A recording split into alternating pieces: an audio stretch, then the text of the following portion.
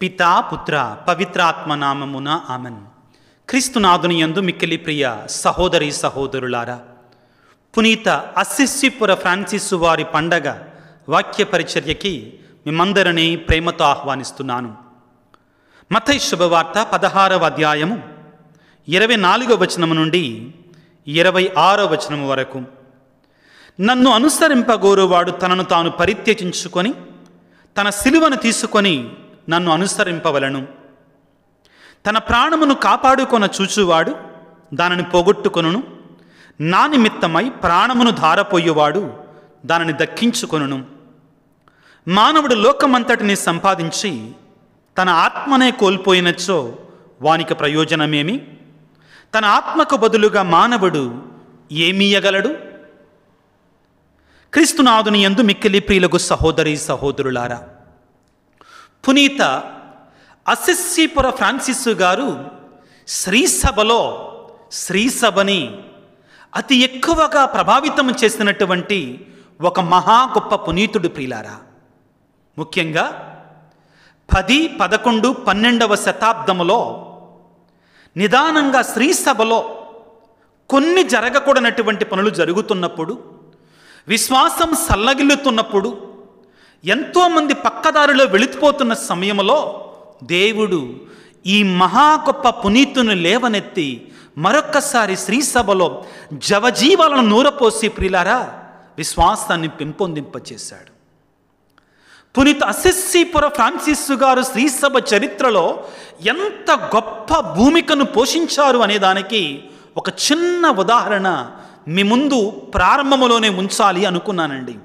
ఏమిటి అంటే 1209వ సంవత్సరంలో అలనాటి పాపుగారైనటువంటి 3వ ఇన్నోసెంట్ పాపుగారికి ఒక కలత చెందే దర్శనం వచ్చింది. ఏమిటి అంటే పాపుగారి యొక్క బసిలికా అయినటువంటి సెయింట్ జాన్ లాటరన్ బసిలికా, పునీత యోహాను గారి యొక్క బృహత్ దేవాలయం అనేటువంటిది పడిపోతూ ఉందంటండి. ఆ దేవాలయం పడిపోతూ ఉందంటండి. పాపుగారు వెళ్ళి దానిని ఆపటానికి ప్రయత్నం చేశారట.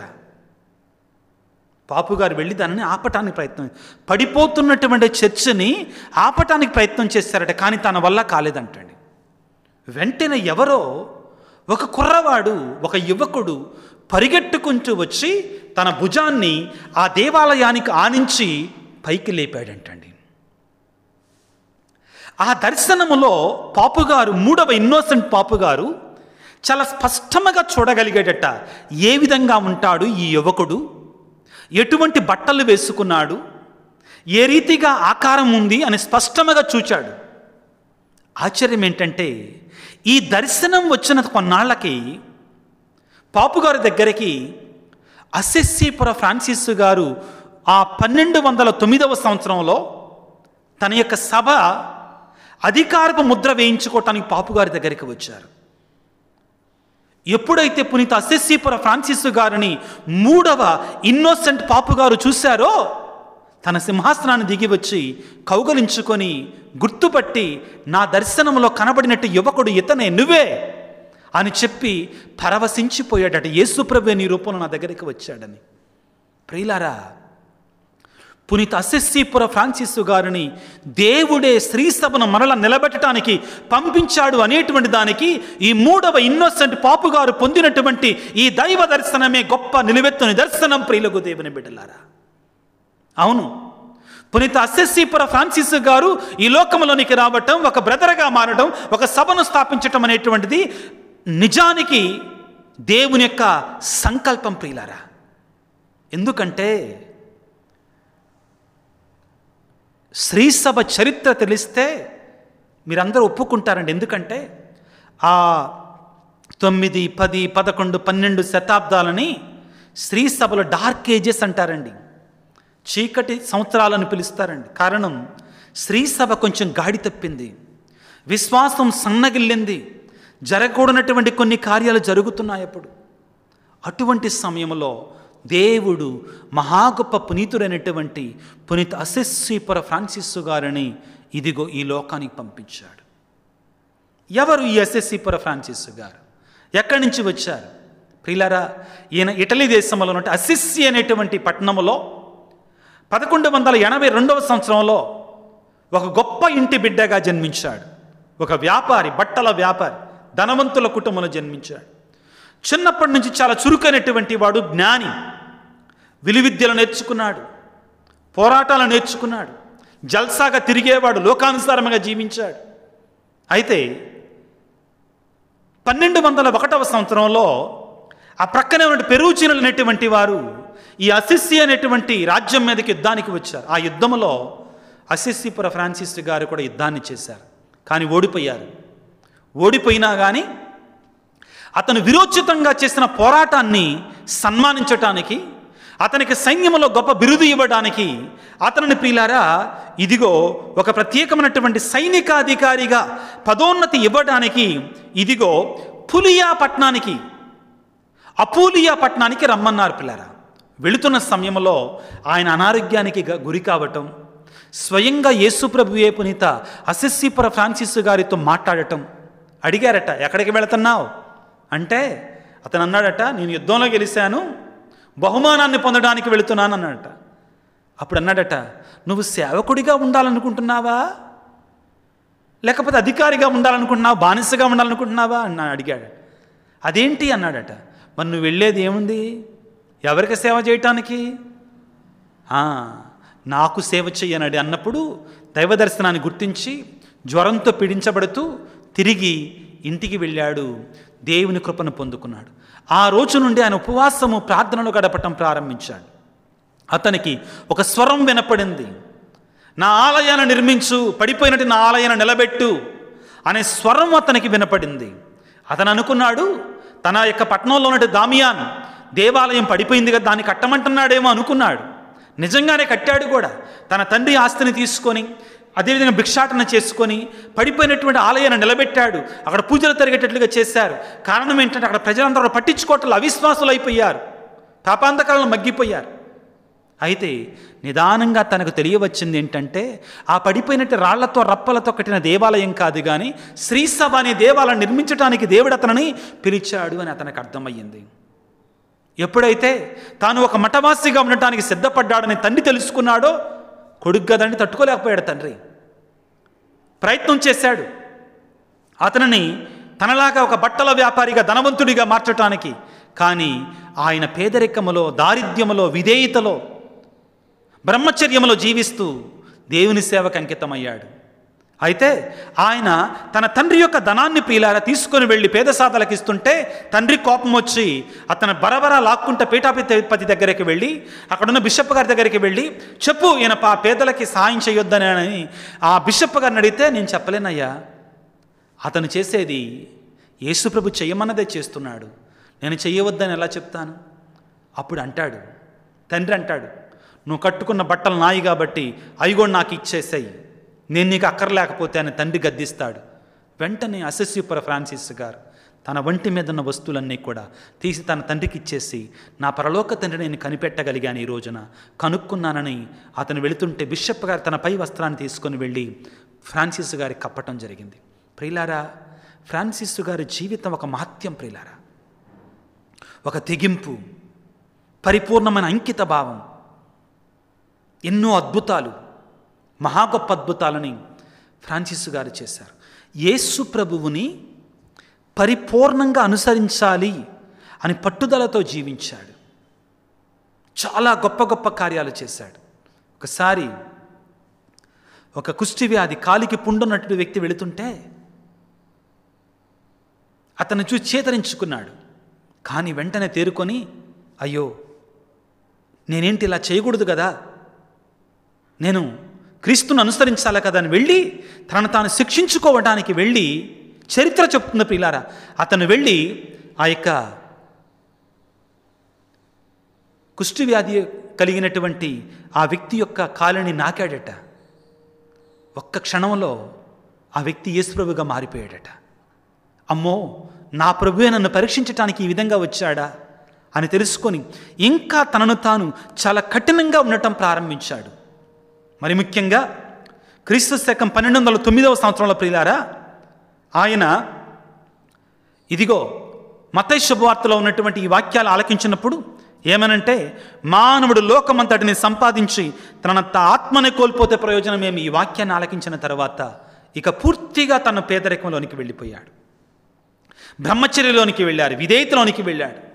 ఈ రీతిగా అతను జీవిస్తూ ఉంటే చాలా ధనవంతులమైనటువంటి కొంతమంది యువకులు ఆ యొక్క జీవితానికి ప్రేరేపించబడ్డారు, అతను అనుసరించడం ప్రారంభించారు. ఈ విధంగా చాలామంది పోగయ్యారు. వారిలో 12 మందితో అసిసిపుర ఫ్రాన్సిస్ గారు రోము నగరానికి వెళ్ళారు 1209వ సంవత్సరంలో. అప్పుడే పాపు గారు ఫ్రాన్సిస్ గారిని గుర్తించారు, తనకు దర్శనంలో కలిగిన వ్యక్తి ఇతనేనని. ఆ రోజున పాపు గారి చేత, 3వ ఇన్నోసెంట్ పాపు గారి చేత అంగీకరించబడి ఆ ఫ్రాన్సిస్ వారి సభని ప్రారంభించడం జరిగింది. ఆ తరువాత పిల్లరా, అతి కొద్ది కాలంలో కొన్ని వేల మంది ఈ సభలో చేరడం, ఎంతో సేవన చేయటం, పేదరికంలో జీవించటం, విధేయత, బ్రహ్మచర్యం, వ్రతాలలో జీవించటం, వీటి ద్వారా శ్రీసభలో పునరుత్తేజాన్ని, నూతనీకరణ తీసుకొని రాగలిగారు అసిసిపుర ఫ్రాన్సిస్ గారు. ప్రియులారా, మహా గొప్ప పునీతుడు. ప్రియులారా, నేను ఒక 2 సంవత్సరాల క్రితం వారి సమాధిని అసిసి నగరంలో, ఇటలీ దేశంలో దర్శించుకోవటం జరిగింది. ఎన్నో అద్భుతాలు చేశాడండి. చనిపోయినటువంటి వారిని జీవంతో లేపాడు, రోగులను స్వస్థపరిచాడు, మరణించినటువంటి చిన్న పిల్లవాడిని కూడా ఆయన ఇదిగో లేపగలిగాడు. పిల్లరా, ఒక గ్రామంలోనికి తొడేలు వచ్చి పిల్లలందరం లాక్కొని వెళ్తుందంట భయపెట్టి. ఒక రోజున ఫ్రాన్సిస్ వారు ఆ తొడేలు ఎదురుగా వెళ్ళి గద్దిస్తే మోకరించిందట. ఈ రోజు నుండి నువ్వు మాంసాహారం తినకుండా శాకాహారం తిందువుగాక అని చెప్పగానే ఆ రోజు నుండి ఆ తొడేలు ఇక మాంసాహారం మానేసేసి శాకాహారం తినటం ప్రారంభించాం. పునీత అసిసిపుర ఫ్రాన్సిస్ గారికి పంచగాయాలు ఉన్నాయి. పునీత అసిసిపుర ఫ్రాన్సిస్ గారు బైలోక్యూషన్ ఒకేసారి 2 చోట్ల కనబడేటువంటి వారు. ముఖ్యంగా ఆయన మరణానికి ముందు పిల్లారా, ఆయన చాలా ఎక్కువగా 2 చోట్ల కనబడేటువంటి వారు. పిల్లారా, వారు స్థాపించినటువంటి సభలోనే పునీత బోనవెంతూర్ గారు, పునీత అంతోని వారు కూడా వాళ్ళ సభే, ఆయన స్థాపించిన సభే. ఎంతోమంది పునీతులు ప్రియులకు దేవుని బిడ్డలారా, నిజంగా ఒక గొప్ప పునీతుడు ప్రియులారా. ఆయనను ఆదర్శంగా తీసుకునే ఇప్పుడున్నటువంటి పాపు గారు ఫ్రాన్సిస్ అనే పేరు పెట్టుకున్నారు, ఆయనలాగా జీవించడానికి ప్రయత్నం చేయడానికి. చివరికి ప్రియులారా, పునీత అసిసిపుర ఫ్రాన్సిస్ గారు 1226వ సంవత్సరం అక్టోబర్ 3వ తారీఖున స్వర్గం చేరుకోవటం జరిగింది. స్వర్గస్థులయ్యారు. ఒక మహా గొప్ప పునీతుడు ప్రియులారా. ఎందుకని నేను ఎంతగా నొక్కి వక్కాణిస్తున్నానంటే, స్త్రీ సభ పడిపోతుంది అనుకున్న సమయంలో దేవుడు పంపినటువంటి ఒక మహా గొప్ప పునీతుడు ప్రియులారా. పునీత అసిసిపుర ఫ్రాన్సిస్ గారికి ప్రార్థన చేయండి, గొప్ప గొప్ప అద్భుతాలని మనం పొందుకుంటాం. ఈనాడు ప్రత్యేకంగా ఈ ఫ్రాన్సిస్ వారి సభలో ఉన్నట్టు గురువులందరి కోసం దయచేసి ప్రార్థించవలసిందిగా మనవి చేస్తున్నాను పిల్లారా. సందర్భంగా అక్టోబర్ నెల కాబట్టి ఫ్రాన్సిస్ గారికి మరియ తల్లి అంటే అపారమైన భక్తి, ప్రేమ ఎక్కువ. యేసునాథుని తల్లి అయినటువంటి మరియ తల్లి అంటే అసిసిపుర ఫ్రాన్సిస్ గారికి ఎంతో ప్రేమ ప్రియులారా. ఈ ఫ్రాన్సిస్ వారి సభ ఆ రూల్స్లో ఒక మాట ఉంటుందండి. ఏమిటి అంటే, ఫ్రాన్సిస్ వారికి మరియ తల్లి మీద, యేసునాథుని తల్లి అయిన మరియ తల్లి మీద ఎంత ప్రేమ అంటే, మానవుడు మాటలలో వర్ణింప సాధ్యము కానంతగా ప్రేమ ఉండేదంటండి మరియ తల్లి మీద. అదేవిధంగా ఆ తల్లి వలె విధేయత, ఏ విధంగా నేను ప్రభువు దాసులను నీ మాట చొప్పున నాకు జరుగునుగాక అని పలికిందో అదేవిధంగా విధేయతతో జీవించడానికి ప్రయత్నం చేశాడు. ముఖ్యంగా ప్రియులారా, మీకు అందరికీ తెలియాల్సింది ఏంటంటే, మొట్టమొదటిసారిగా మరియ తల్లి తనంతట తానుగా జపమాలని ఎవరికి ఇచ్చింది? పునీత డొమినిక్ గారికి ఇచ్చింది. అది కూడా 12వ శతాబ్దంలోనే. చరిత్ర ఏమని చెప్తుందంటే, డొమినిక్ గారు కూడా ఫ్రాన్సిస్ వారిని కలుసుకున్నారు రోము నగరంలో. వారిరువురు కూర్చొని చాలాసార్లు మాట్లాడుకున్నారు. ఏం మాట్లాడుకొని ఉండొచ్చు? మరియ తల్లి డొమినిక్ గారికి ఇచ్చినట్టు జపమాలను గురించి, మరియ తల్లి భక్తిని గురించి వాళ్ళిద్దరూ ముచ్చడించుకున్నారంటండి. ఇంత గొప్ప పునీతిని పొందుకున్న మనం అక్టోబర్ మాసంలో ఉండగా జపమాల ద్వారా దేవుని కృపని, మరియతల యొక్క మధ్యస్థ ప్రార్థన ద్వారా పొందుకునేలాగన ఫ్రాన్సిస్ వారి యొక్క మధ్యస్థ ప్రార్థన ద్వారా ఆ దేవాది దేవుని తలల వంచి వేడుకుందాం పిల్లారా. సర్వశక్తిమంతుడా, సర్వోన్నతుడా, ప్రేమామయుడా, నీకు స్తోత్రాలు, వందనాలు. పునీత అసిస్సీపుర ఫ్రాన్సిస్ గారు అనే గొప్ప పునీతుని స్త్రీ సభకు ప్రసాదించినందులకు గాను మీకు స్తోత్రాలు, వందనాలు. స్త్రీ సభలో నూతన ఉత్తేజాన్ని, నూతనీకరణ నింపటానికి మీరు పంపిన మహా గొప్ప పునీతుడు ఆయన. ప్రభువా, ఫ్రాన్సిస్ వారు ఏ విధంగా నీ ఎడల అపారమైన భక్తిని, ప్రేమను కలిగి ఉన్నారో అదేవిధంగా మేము కూడా నీ ఎడల ఈ భక్తిని, విశ్వాసాన్ని కలిగి నీలో జీవించటానికి కావాల్సిన శక్తిని మాకు దయచేయండి ప్రభువా. నాయన, ఆయన జీవించిన విధానంలో కొంతవరకైనా మేము అనుసరించి నీ కృప, నీ దీవెన పొందుకునేలా మమ్మల్ని దీవించండి.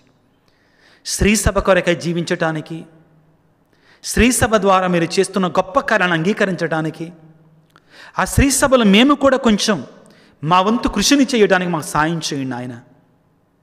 ప్రభువా, పునీత అసిస్సీపుర ఫ్రాన్సిస్ గారికి మధ్యస్థ ప్రార్థన ద్వారా అనారోగ్యముతో బాధపడుతున్న బిడ్డలను స్వస్థపరచండి నాయన. మా కొరకు ప్రార్థించండి స్వామి అని ఎవరైతే మెసేజ్లో ఉంచుతున్నారో వారందరి కొరకే ప్రార్థిస్తున్నాను తండ్రి.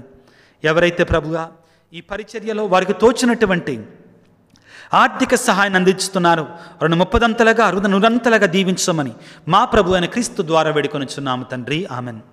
ప్రభువు మీతో ఉందరుగాక, మీ ఆత్మతో ఉందరుగాక. సర్వశక్తి గల సర్వేశ్వరుడు పిత, పుత్ర, పవిత్రాత్మ మిమ్మందరిని చల్లగా దీవించి ఆశీర్వదించి కాపాడుదురుగాక. God bless you. దేవుడు మిమ్ము దీవించుగాక. ఆమెన్.